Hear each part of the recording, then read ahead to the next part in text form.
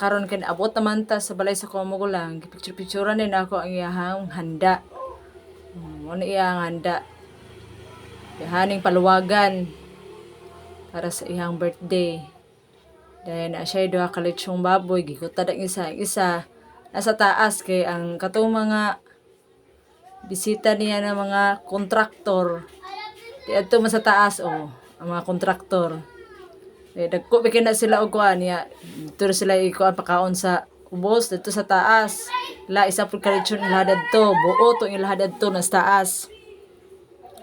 Ya ang mga nasa ubos mga libor ni sa kontraktor. Mga kuan niya tao. Diri ang lechon diri gigutad-gutad ng lechon diri. Busy na sila inom anig 4 kantos kay humana na manig pangaon. Sa man ay dalian ani nga inom dayon kay para dali human.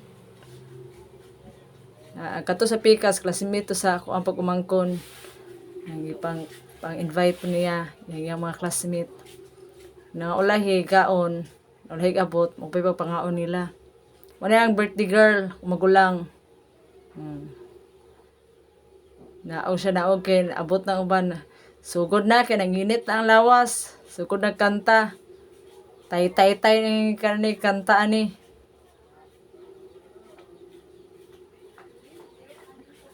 Muna yung banas ko magulang. Siya dito na busy po siya entertain. Ya, kan lingaw wala pa di pa paninanguan kay wa pa man nanginit ang mga lawas ani. Bugnaw pa. Muna iyahang mga kauban sa City Hardware. O kani sila ang Gladys mo pag-abot ani nila. Lugian ni sila abot. Uy, papangaon nila, kauban sila lang manibutsoy, silang April, alpon.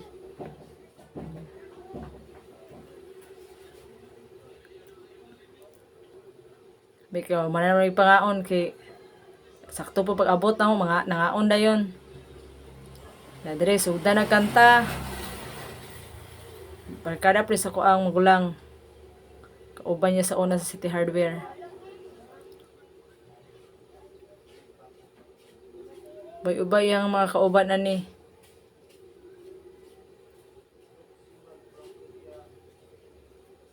Pag ani plaster pa kayo ni kay pa nanginit ang mga lawas ani. Panginit ani mga lawas ani mandari sunig panindog.